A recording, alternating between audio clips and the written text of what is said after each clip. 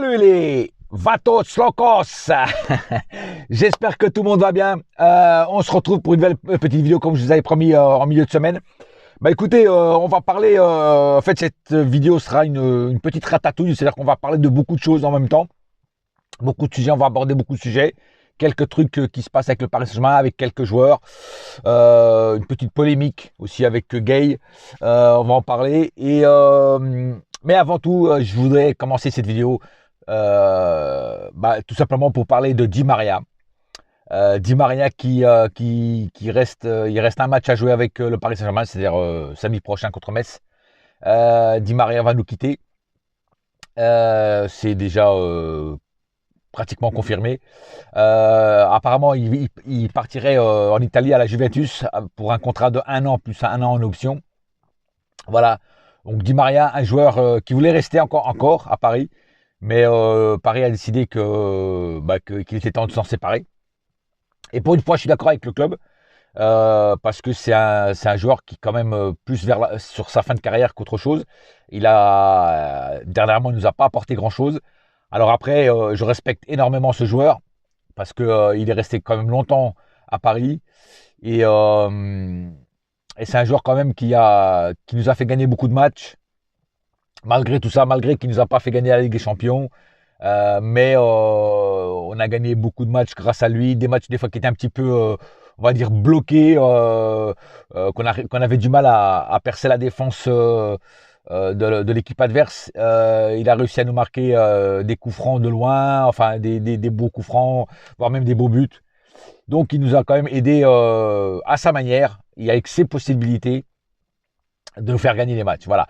Donc Di Maria, un joueur que moi j'ai suivi pratiquement toute sa carrière, déjà quand il était au Benfica Lisbonne, parce qu'il est passé par le Benfica Lisbonne.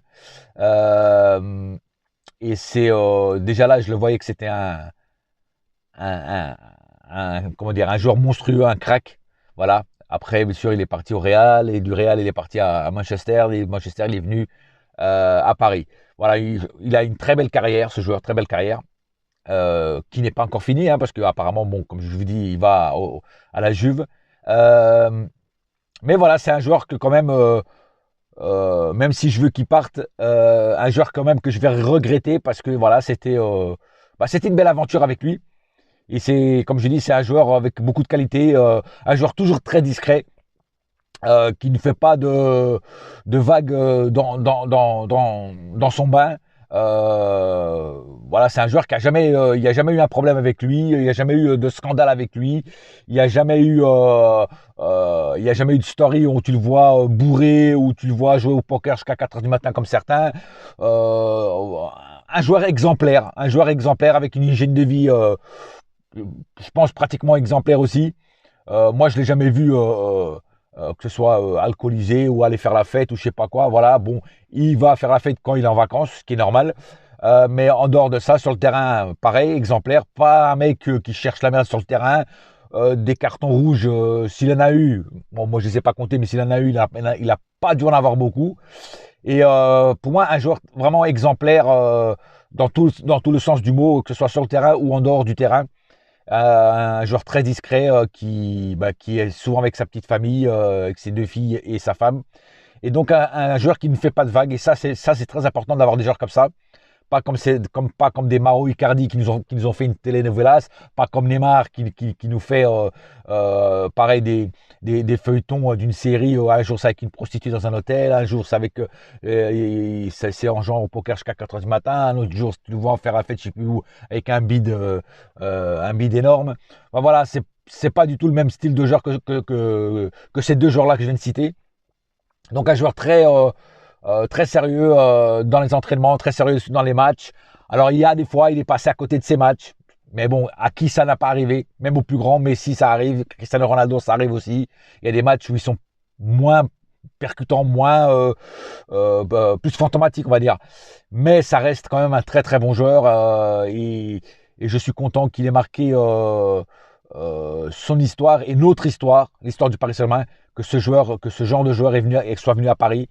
Et Di Maria, comme Cavani, voilà, comme les autres avant, Paoletta, Rai, restera dans l'histoire du Paris Saint-Germain, restera dans nos cœurs, parce que ça a été toujours un joueur qui a respecté le club, Et comme je vous dis, qui n'a pas fait vraiment de vagues, ou pas du tout même. Apparemment, il n'aime pas le surf. Mais voilà, donc moi, voilà, j'ai tout, il a tout mon respect et on va le regretter. Et moi, je vais le regretter surtout par rapport à son sérieux euh, sur le terrain, à l'entraînement et dans la vie de tous les jours. Voilà, qui par rapport à d'autres ne sont pas sérieux, certains qui s'en battent un peu les escalopes. Ben, Di Maria a toujours apporté sa pierre à l'édifice et a toujours contribué à essayer de faire gagner le Paris Saint-Germain. Et ça, c'est pour moi, c'est très important. Voilà, un joueur qu'on n'oubliera pas. Voilà, tout simplement. J'ai juste un truc à te dire, Di Maria. Bonne chance, boa sorte, et pour la suite, pour toi ou à la Juventus, et peut-être après un jour, peut-être, qui sait, je ne sais pas si après la Juve, tu vas retourner dans ton club formateur en Argentine, ou si tu vas encore aller dans le championnat américain, voilà, on verra bien, mais en tout cas, je te souhaite que le meilleur, et encore une fois, merci pour tout ce que tu as fait, Di Maria, merci, on t'embrasse tous. Voilà, maintenant, passons. Mais là, je vais ouvrir un autre dossier, mais je vais en parler très vite, très vite. Le petit problème qu'il y a eu avec Idrissa Gueye.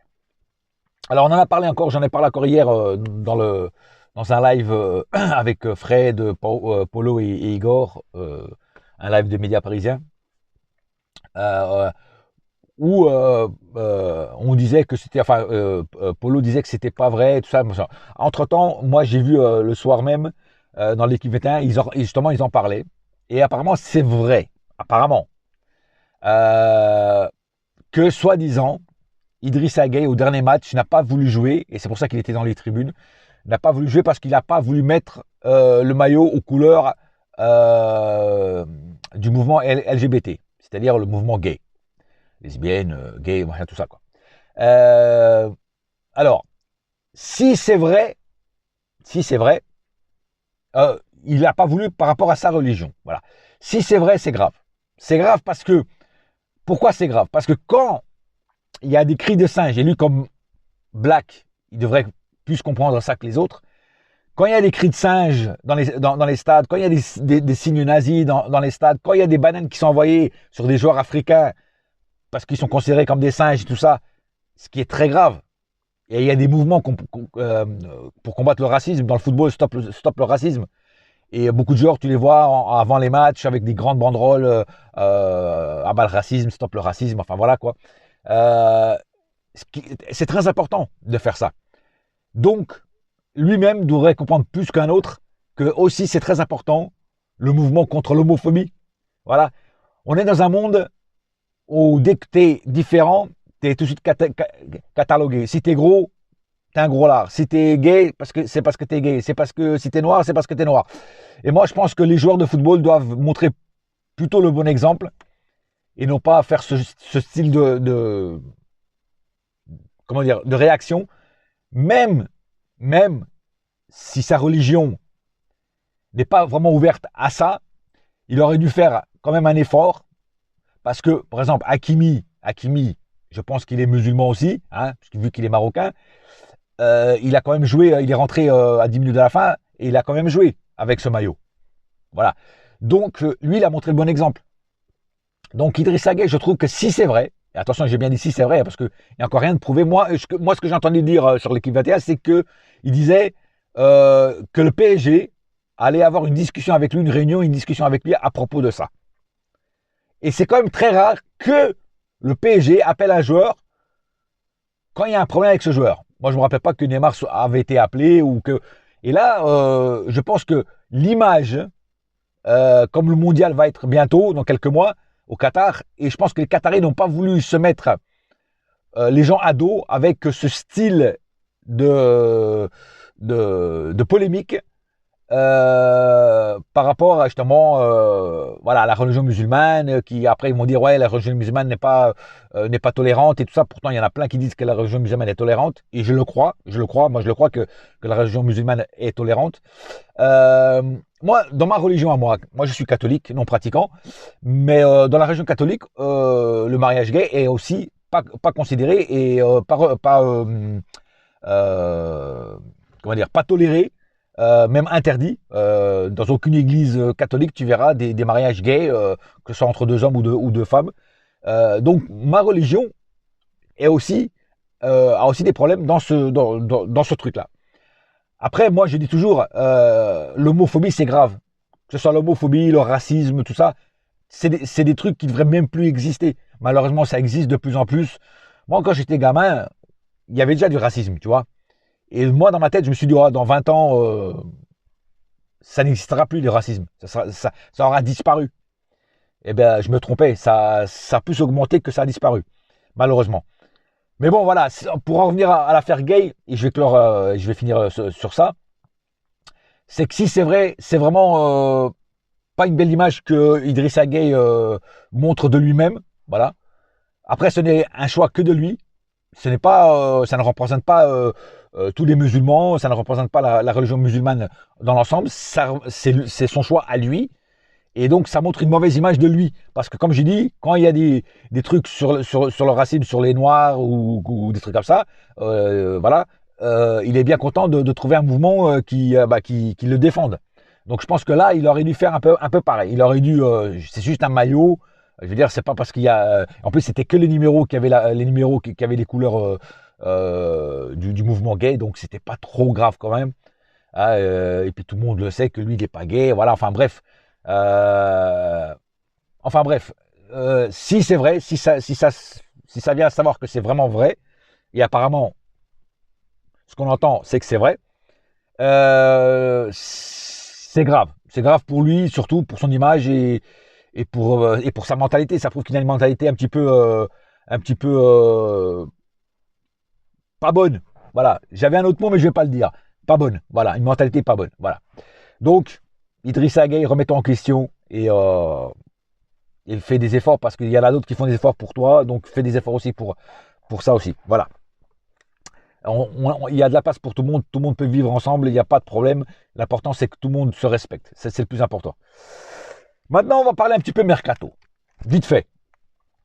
Je vais commencer par Gundogan. Gundogan veut partir de City. Gundogan va partir de City. Donc, le PSG sautait comme des sauterelles sur Gundogan. Gundogan, c'est un joueur magnifique. C'est un très bon joueur. Et c'est une opportunité. En plus, s'il se barre, c'est que je ne sais pas s'il est en fin de contrat ou quoi. Ça, il faudrait que j'aille voir. Ou vous, sur ma vidéo, vous pouvez me le dire. Mais s'il est en fin de contrat, c'est un joueur qui sera gratuit. Tu vois. Donc, un joueur comme Gundogan gratuit, faut lui sauter dessus tout de suite. Mais tout de suite, sans réfléchir. Boum. Tu viens, on te propose ça, ça, ça. Après, est-ce que le joueur accepte ou pas? Ça, c'est une autre histoire. Mais, en moi, tu lui proposes un projet, un contrat, le chèque qui va avec, voilà, et après tu attends sa réponse. Mais un joueur comme ça, tu lui sautes dessus tout de suite parce que c'est un joueur, c'est un profil de joueur qui est intéressant et puis ça court pas les rues, voilà, ça court surtout pas les rues, donc il faut en profiter. Donc Gundogan, allez-y les mecs, sautez-lui dessus et essayez de négocier avec lui. Il y a des rumeurs sur João Félix de l'Atlético Madrid, joueur portugais que je connais très bien.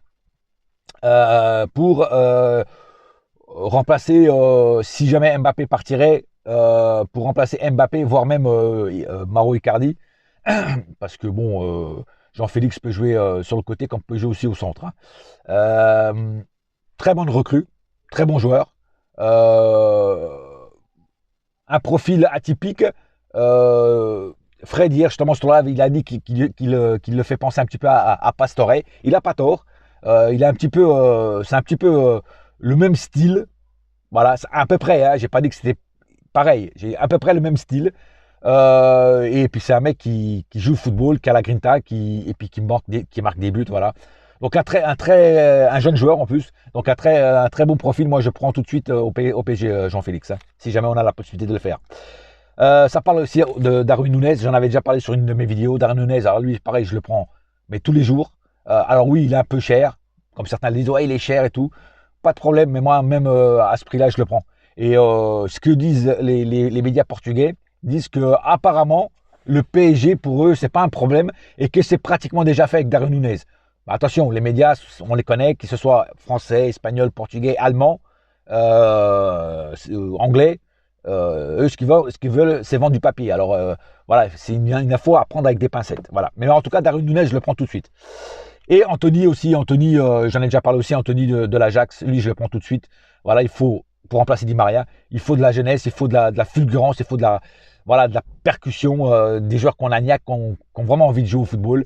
Et Anthony fait partie de ces joueurs-là que moi, j'aimerais bien voir arriver au Paris Saint-Germain. Voilà. Euh, voilà, je pense qu'il y a à peu près, j'ai fait à peu près le tour. Alors il y en a d'autres. Hein. Bon, après, bien sûr, il faut dégraisser. Bon, Mauro Icardi serait sur le départ aussi, Di Maria aussi. Neymar, le club a ouvert la porte, mais Neymar ne voudra pas partir. Voilà, il voudra rester jusqu'à la fin de ce contrat. Euh, et puis, ils ont dit qu'ils allaient mettre le paquet, surtout au milieu, en mercato, et en défense. Alors, en défense, je pense que c'est pour avoir une doublure de Hakimi, côté droit. Je pense que oui, parce qu'Hakimi se sent un petit peu seul du côté droit. Kerrer devrait partir aussi. Draxler, j'espère qu'il partira aussi. Kurzawa, s'il ne veut pas partir, on lui casse son contrat, et puis il se casse, il ne sert à rien. Bernat, on ne sait pas s'ils veulent le garder ou pas, parce que Bernat, c'est plus le même Bernat, comme j'ai dit, hein, même s'il continue à faire quand même des bons matchs, en Ligue 1 surtout. Mais en Ligue des Champions, c'est peut-être un petit peu dur pour lui. Après, c'est pas moi qui décide. Voilà, donc, après, au milieu, je ne sais pas s'ils veulent se débarrasser de quelqu'un. S'ils veulent faire partir Kipembe, par exemple, je ne sais pas. Sergio Ramos, il fera encore un an, après il partira. Donc, ils veulent surtout renforcer aussi peut-être avec un défenseur central, peut-être. On va voir, j'espère qu'ils vont prendre un costaud. Il y aura besoin d'un deuxième gardien, parce qu'apparemment, ils veulent vendre tous les gardiens à part Donnarumma qu'ils veulent mettre en numéro 1. Ils ont demandé à Navas de partir aussi. Donc Sergio Rico, pareil. Areola, pareil. Bulka, qui est à Nice, pareil. Ils veulent tous débarrasser de tous ces gardiens, mettre Gigi, Donnarumma en numéro 1. Et après, il y aura sûrement un deuxième gardien. Mais qui vont prendre? Parce que comme j'ai déjà dit, avoir un très bon gardien qui va être numéro 2, ça court pas les rues. Ça court pas les rues. Donc il y aura sûrement un gardien, un bon gardien, mais sans plus, quoi, tu vois, qui acceptera d'être numéro 2. On va voir ce qu'ils vont faire. Voilà, en tout cas, j'espère un mercato intéressant. Mbappé, je ne vais pas en parler parce que ça me saoule. Voilà. Je vais juste dire un mot. Qu'il aille au Real ou qu'il reste, le club vivra avec ou sans lui. Voilà, c'est tout ce que j'ai à dire. Pour certaines personnes, on dirait que Mbappé, s'il part, c'est la fin du monde. Les mecs, le club, il continuera à vivre. Quand Rai est parti, quand Pauletta est parti, quand Ronaldinho est parti, voilà. Le club a continué à vivre. Quand Zlatan est parti, le club a continué à vivre. Voilà. Donc, voilà. Après, il faudra bien le remplacer avec des bons joueurs, bien évidemment. Alors, il y en a qui disent, alors il y a beaucoup de rumeurs, hein. Il y en a qui disent que c'est déjà fait, que ça fait une semaine et demie que c'est déjà fait avec le Real Madrid. D'autres qui disent que c'est pas encore fait, en fait, que lui va rester, que tout est réglé avec le Paris Saint-Germain qui va rester. Qui a raison, qui a tort, je sais pas. Certains pensent qu'ils ont des informations, mais ils n'ont rien du tout. Parce que il n'y a que lui et son entourage qui sait, peut-être ses collègues joueurs. Voilà. Marquinhos, peut-être qu'il doit le savoir. Voilà, un truc comme ça. On verra bien ce que ça donne. En tout cas, moi, je pense. Moi, j'ai toujours dit qu'il allait partir. Ça fait 2 ans que je dis qu'il va nous mettre la carotte, qu'il va partir. Après, moi, j'espère. Sur ce dossier-là, j'espère me tromper. Voilà. J'ai aucune info. J'ai jamais eu d'info. Mais c'était mon ressenti, même encore jusqu'à aujourd'hui. Et.